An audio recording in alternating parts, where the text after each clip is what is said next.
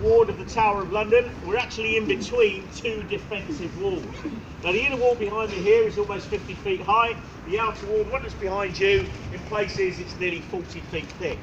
Now in between the two, if you look down this way, ladies and gentlemen, we've got Mint Street. So called because up until the year 1810, this is where all the coins of the realm and the empire were all designed and minted. Now if you look at this row of buildings behind you, like I say, all once part of the Royal Mint. But most of these buildings now, though, have been converted into homes for my fellow Yeoman Warder colleagues and beefeaters who live here at the Tower with our families. Having said that, though, that house directly behind you there, ladies and gentlemen, the one that's 2 stories high, that is number 2 Mint Street. Now, number 2 Mint Street used to be the home of the Master of the Royal Mint.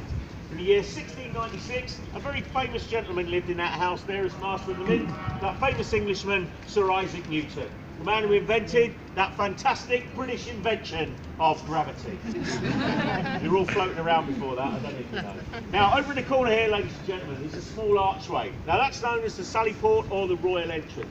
Now, back in the day when London had little more than rough and uneven tracks, royalty, they preferred to travel by river.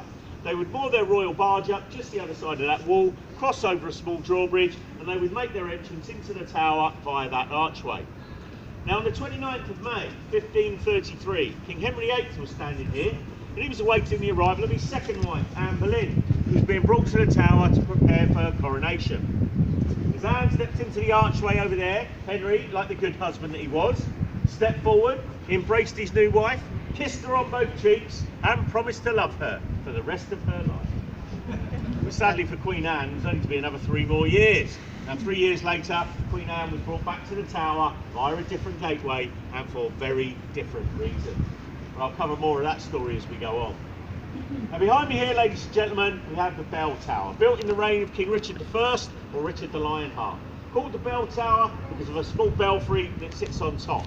And inside that belfry is the oldest curfew bell in the City of London. It dates from the year 1651. Now it was rung as a warning, and when it was rung, the gates would be closed and the battlements and the defences would all be manned. But it was also rung 1 hour before every execution. Now the bell tower is the oldest and strongest of 13 towers which make up the inner defensive wall. Now it comprises of 2 chambers, one on top of the other. Now because of the nature of its construction, it's always been used to house really important prisoners. Now one such prisoner was a man by the name of James Scott, the Duke of Monmouth. Now he was the eldest of 13 illegitimate children fathered by King Charles II, born whilst his father was in exile in Holland, trying to escape the clutches of Oliver Cromwell after the English Civil War. Now when Charles II died, he died without leaving an heir to the throne, and the throne was passed to his younger brother, James, Duke of York. Now Monmouth insisted that his mother had married King Charles whilst they were in exile in Holland, and if this were true, this meant that Monmouth was the legitimate heir to the throne. So in the year 1685, when James, Duke of York, was crowned King James II, Monmouth landed off the southern coast of England, and he raised an army of farmhands and labourers in what became known as the Pitchfork Rebellion. Now sadly for Monmouth, it ended in the defeat of his army at the Battle of Sedgemoor in Somerset, where his army was totally destroyed and routed. Monmouth, he was found hiding in a ditch a few days after the battle and brought straight here to the tower. And in the space of 3 days, he was put on trial for high treason and sentenced to death.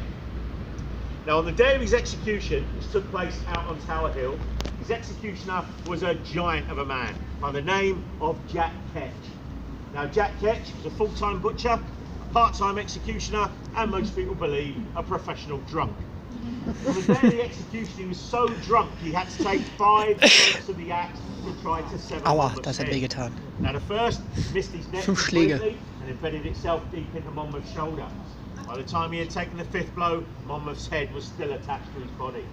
In a fit of rage, Jack Ketch threw down his axe, he pulled out his butcher's knife and then proceeded to cut off the remaining pieces of flesh and sinew which connected Monmouth's head to his body before placing his head on a pike and taking it down to the Old London Bridge.